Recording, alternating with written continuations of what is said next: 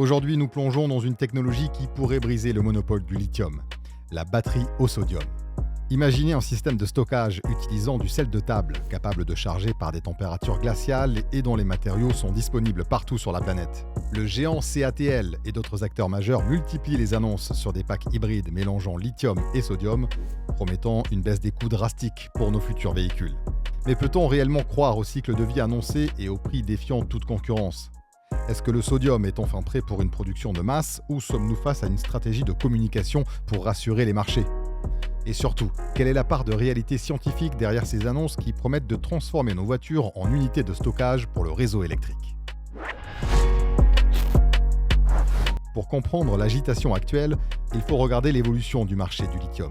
En 15 ans, le coût des batteries a chuté d'environ 90% selon les données de Bloomberg NEF, passant de sommets inaccessibles à une moyenne proche de 100 à 140 $ par kilowattheure pour un pack complet. C'est le seuil où l'électrique devient économiquement viable pour le grand public.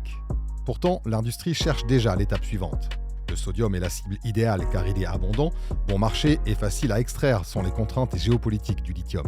Contrairement à son cousin, le sodium est littéralement présent dans nos océans en quantité virtuellement illimitée. Les rumeurs de coûts tombant sous les 20 $ sont pour l'instant dépourvues de fondements industriels vérifiables. La réalité de 2026 nous montre plutôt une cible réaliste entre 40 et 80 $ par kilowattheure, à condition d'atteindre des volumes de production gigantesques. C'est une baisse potentielle de moitié par rapport au lithium actuel, ce qui transformerait radicalement le prix des citadines électriques. Le sodium n'est pas un nouveau venu dans les laboratoires, mais il souffrait d'un handicap majeur, sa densité énergétique. Les premières générations commerciales affichent environ 160 Wh par kilogramme au niveau de la cellule. Si certains prototypes récents revendiquent 175 à 180 Wh, ces chiffres restent rares en production de masse et positionnent le sodium légèrement en dessous des batteries lithium fer phosphate ou LFP qui dominent actuellement l'entrée de gamme mondiale. L'un des arguments techniques les plus solides en faveur du sodium concerne sa résistance aux températures extrêmes. Historiquement, les batteries au lithium voient leur performance s'effondrer dès que le thermomètre passe sous la barre du zéro. La conductivité ionique du sodium reste plus stable dans le froid, ce qui facilite la recharge et maintient une puissance de décharge correcte. Certains services marketing évoquent une rétention de capacité de 90% par -20 ou -30 degrés. Il faut toutefois nuancer ces chiffres. S'il est vrai que le sodium surpasse le lithium en conditions hivernales, les performances en usage réel automobile dépendent énormément de la gestion thermique du pack et de la vitesse de roulage. Le sodium permet surtout de s'affranchir de systèmes de réchauffage complexes et énergivores, ce qui est un avantage stratégique pour les marchés nordiques. Un autre point mis en avant est la longévité, avec des chiffres atteignant parfois 10 000 cycles de charge en laboratoire. Mathématiquement, sur une voiture avec 400 km d'autonomie, cela représenterait un kilométrage théorique dépassant les 4 millions de kilomètres. Dans la réalité, aucune structure de véhicule ne durera aussi longtemps. L'intérêt réel de cette durabilité, si elle se confirme sur le terrain, réside dans le Vehicle to Grid ou V2G. Cette technologie permet à votre voiture de renvoyer de l'énergie vers votre maison ou le réseau électrique. Une batterie capable de supporter des milliers de cycles sans dégradation majeure garantit que ces échanges d'énergie ne ruineront pas la valeur de revente de votre voiture. C'est une brique essentielle pour stabiliser un réseau électrique dépendant des énergies renouvelables intermittentes. C'est là qu'intervient la stratégie de transition de CATL et de ses concurrents, le pack hybride. Puisque le sodium pur manque encore un peu de densité pour les longs trajets, l'idée est de mélanger des cellules de sodium et de cellules de lithium dans le même boîtier. Dans cette configuration, le sodium peut servir de référence pour calibrer avec précision l'état de charge du pack, tout en assurant le fonctionnement par grand froid. Le lithium, lui, apporte la densité énergétique nécessaire pour garantir une autonomie compétitive. Le logiciel de gestion de la batterie, le BMS, doit alors orchestrer ces deux chimies différentes en temps réel. Si certains constructeurs comme Geely ou Changan explorent ces solutions hybrides, l'affirmation selon laquelle 30 modèles seraient déjà en production de masse est une exagération manifeste de l'état du marché en 2026. Nous sommes encore dans une phase de déploiement progressif sur des modèles spécifiques, principalement destinés à un usage urbain ou périurbain. Cette approche hybride permet aux fabricants de monter en compétence sur la chaîne d'approvisionnement du sodium sans prendre le risque d'une rupture technologique totale.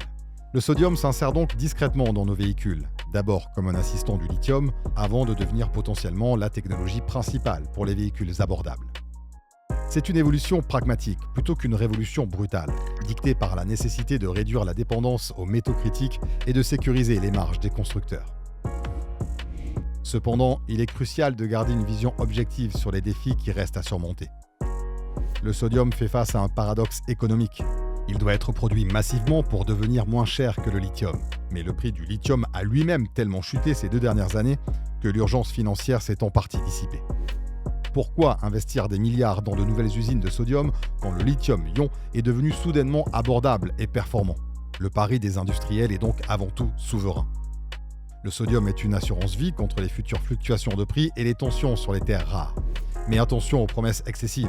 Les experts de Stanford et du MIT rappellent régulièrement que la densité énergétique du sodium restera physiquement limitée par la taille de l'atome de sodium, plus volumineux que celui du lithium. Cela signifie que pour une autonomie de 1000 km, le lithium restera indispensable. Le sodium n'est pas le tueur de lithium, souvent décrit dans les titres sensationnalistes, mais un complément indispensable pour la mobilité du quotidien. Son succès dépendra de sa capacité à prouver sa fiabilité sur 10 ans, avec les vibrations, les charges rapides répétées et les conditions climatiques changeantes du monde réel. Le V2G, bien que prometteur, nécessite également une refonte des infrastructures de recharge et des régulations nationales qui est loin d'être achevée. Le sodium est donc une pièce d'un puzzle beaucoup plus vaste qui inclut l'intelligence artificielle pour la gestion des flux et une nouvelle architecture des réseaux électriques. Pour conclure, l'arrivée du sodium-ion en 2026 marque une étape importante vers la maturité de la mobilité électrique. Nous passons d'une époque de recherche de performance pure à une ère de diversité et de résilience technologique.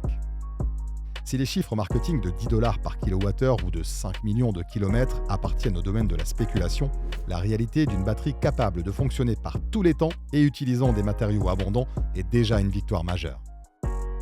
CATL ne vend pas simplement une nouvelle chimie, il propose une vision où l'énergie est plus accessible et moins dépendante de ressources minières localisées. Le sodium ne va pas remplacer le lithium demain matin, mais il va permettre d'équiper des millions de véhicules pour lesquels le lithium était trop coûteux ou géographiquement problématique. La bataille du stockage d'énergie est désormais multisectorielle, mêlant chimie, logiciel et géopolitique. Le sel de table pourrait bien devenir l'un des piliers de notre autonomie énergétique, à condition que l'industrie garde la tête froide face aux défis de l'industrialisation. L'avenir de l'automobile sera peut-être moins spectaculaire que les annonces de salon, mais il sera infiniment plus durable et accessible.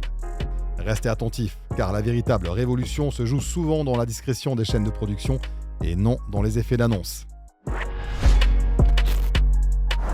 Voilà ce qui conclut ce décryptage. Merci d'avoir suivi jusqu'au bout. Si la vidéo vous a plu, n'hésitez pas à laisser un like et à nous dire en commentaire votre avis sur les batteries au sodium. De nouveaux épisodes arrivent bientôt, alors n'oubliez pas de vous abonner à la chaîne et à activer la cloche pour ne rien manquer. À très vite!